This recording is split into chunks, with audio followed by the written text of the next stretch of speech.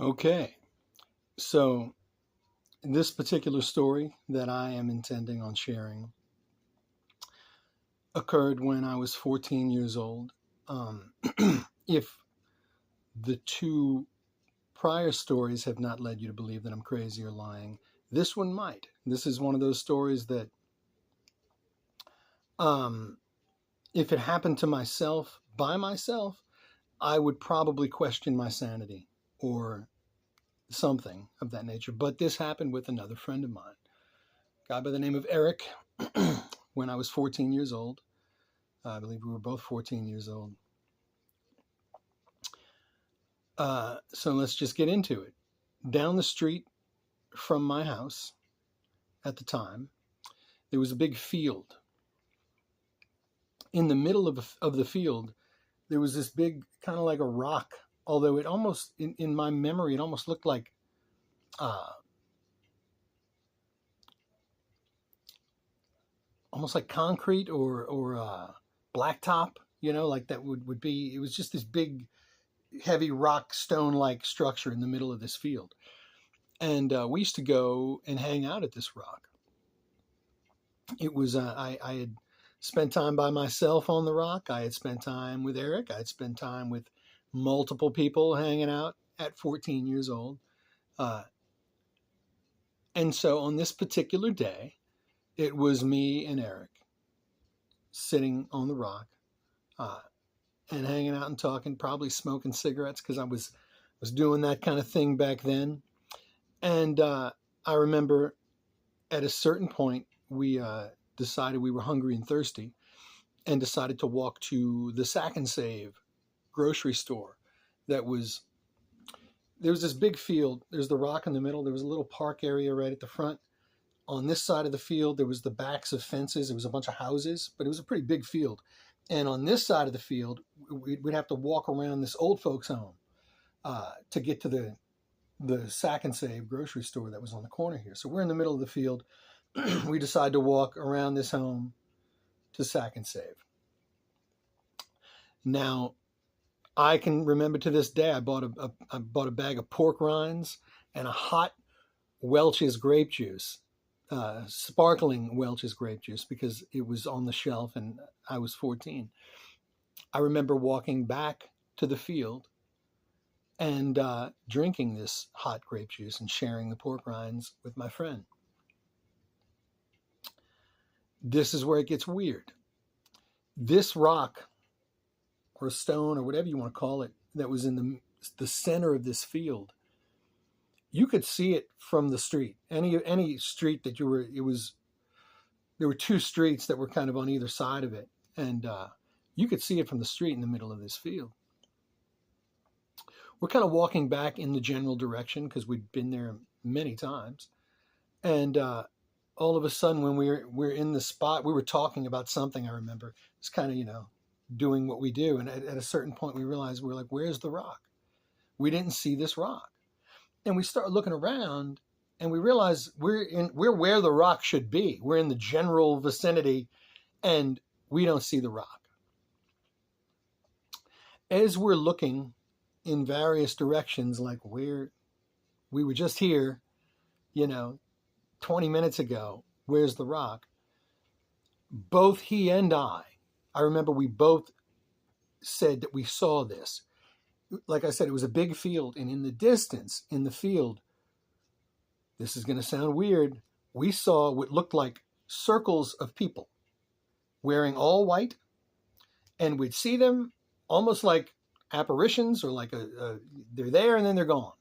And I'd see them in one part of the field, and it was almost like, I remember in my memory, it almost seemed hazy.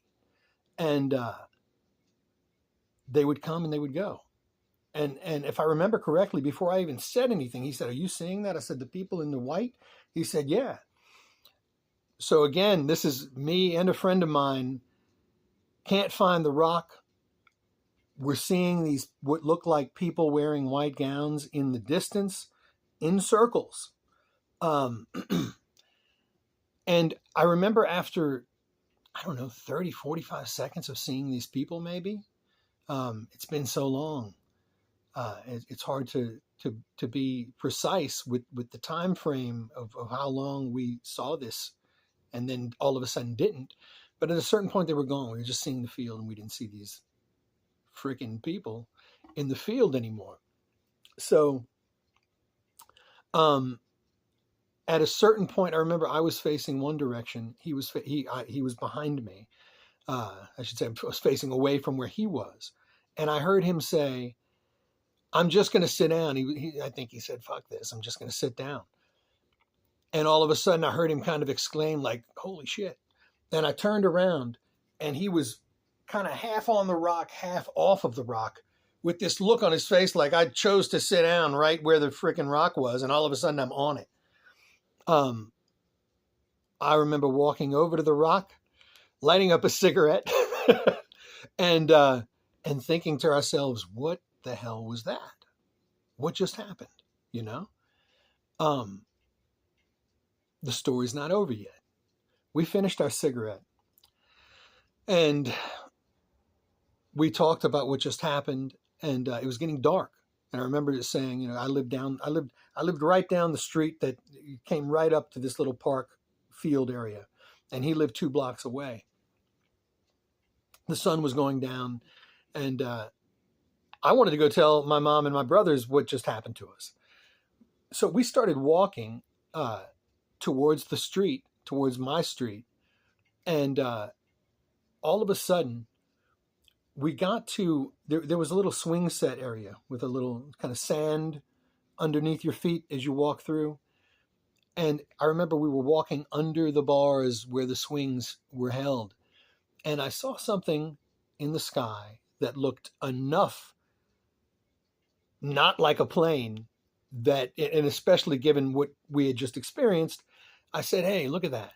Does that look like a plane or a helicopter or anything?" And it was like, "No." And I don't remember exactly the configuration of the lights, but it was enough to make us stop and watch, and this thing was going really slow. And I remember it was moving about like this, and hand to God, hand to the memory of my mother. This thing looked in the sky like sparks or something shot out of the back of it. And right as this happened, it went from going about yay fast to it sped up real quick.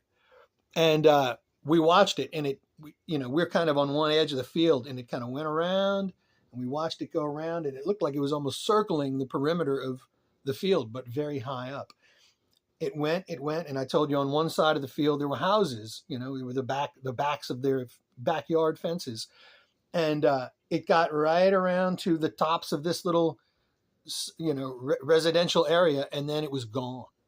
But where it disappeared, there was another light that was just hanging, like, here's the rooftops, and this other light was about right there. And I could tell, and he could tell, that this light was rising really slowly. And again, given the nature of our experience that evening, we stopped and we watched.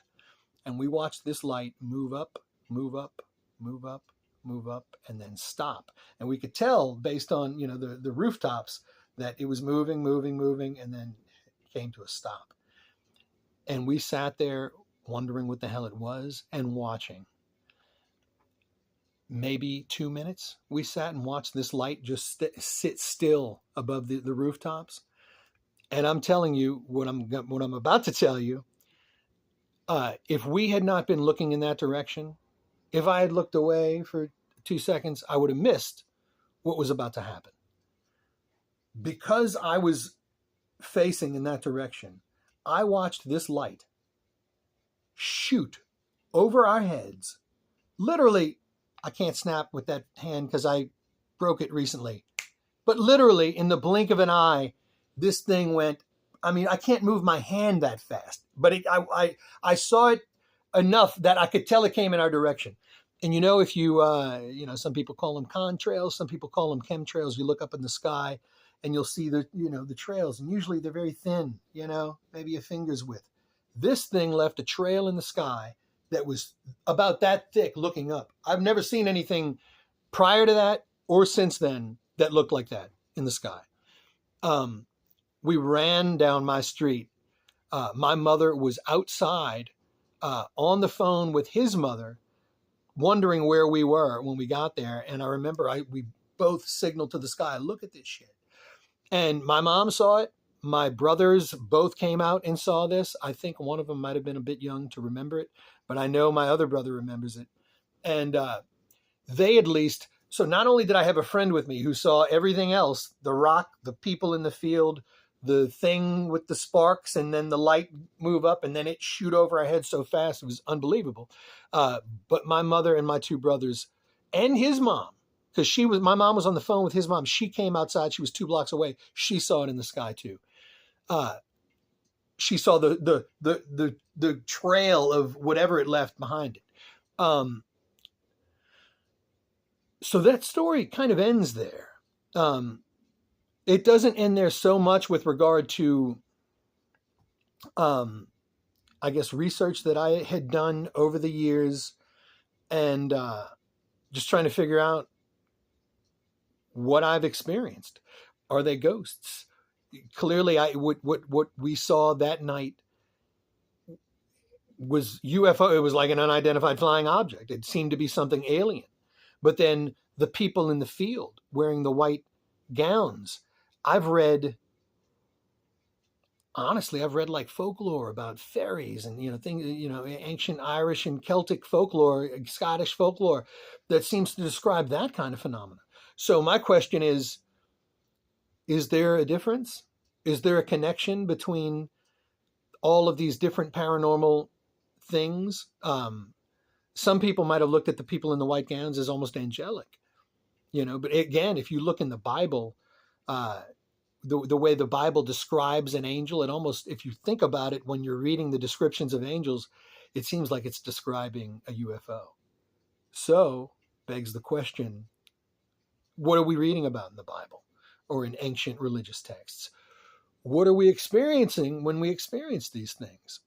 We attribute names like angel and ghost and fairy and goblin and et cetera, phantom to these phenomena. But really, in my experience, I've come to view it as something that's real, something that people are experiencing, that I know I experienced.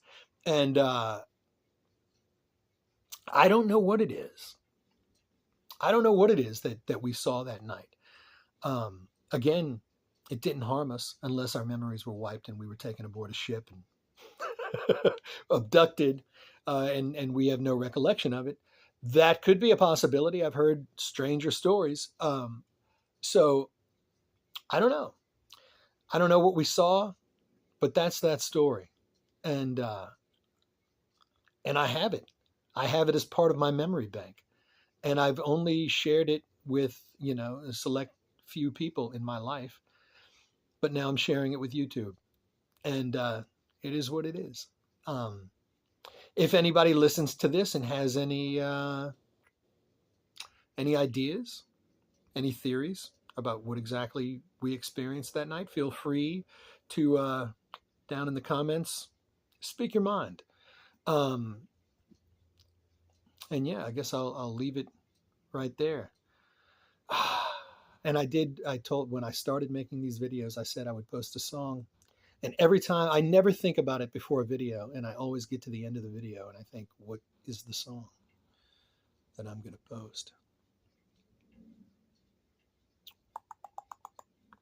I don't know. You know what? I don't know why. It's because it's just here right now. So I'm gonna recommend you go and listen to Red Hot Car by Square Pusher. And maybe you'll understand why I laugh at my own self recommending that at the end of this video. Yeah, Red Hot Car by Square Pusher. Till next time.